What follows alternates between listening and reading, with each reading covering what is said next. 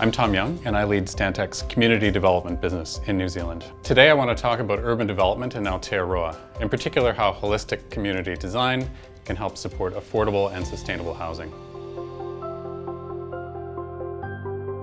We know there are multiple challenges to housing in New Zealand, from poor housing quality to overcrowding and affordability. The first two challenges demand new and upgraded housing, but solving affordability is a bit more complex. When we talk about making housing more affordable, we often focus on the housing itself. Simpler designs and smaller living spaces, faster processes, and cheaper construction materials.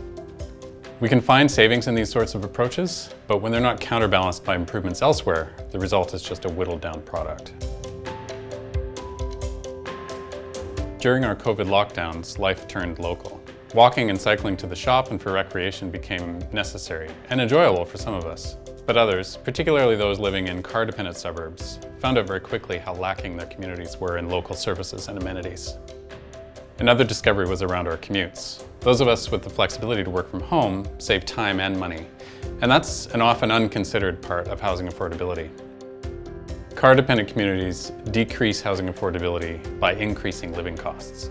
For example, people who choose to live in Warkworth and commute to Auckland do find cheaper housing, but they pay for it in fuel costs and the time it takes them to drive.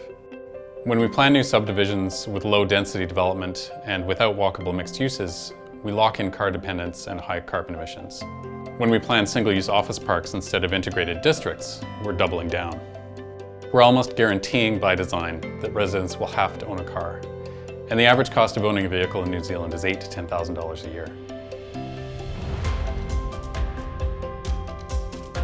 Communities that are served by high-quality public transport, are interconnected by safe and comfortable walking and cycling networks, provide high-quality public space, and feature expanded offerings of shops and services bring the convenience and vibrancy that offset the disadvantages of more compact private space.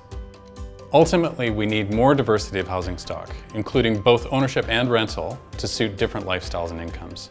Higher density living is often seen as a stepping stone to something single detached further down the track once you can afford it. Most Kiwis don't aspire to live in an apartment, but we're also not creating the communities that would make that truly attractive without compromise. And that can change.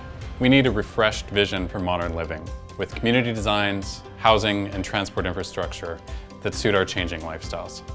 Our challenge now is to transform New Zealand to better suit the way we want to live. I think we're up for it.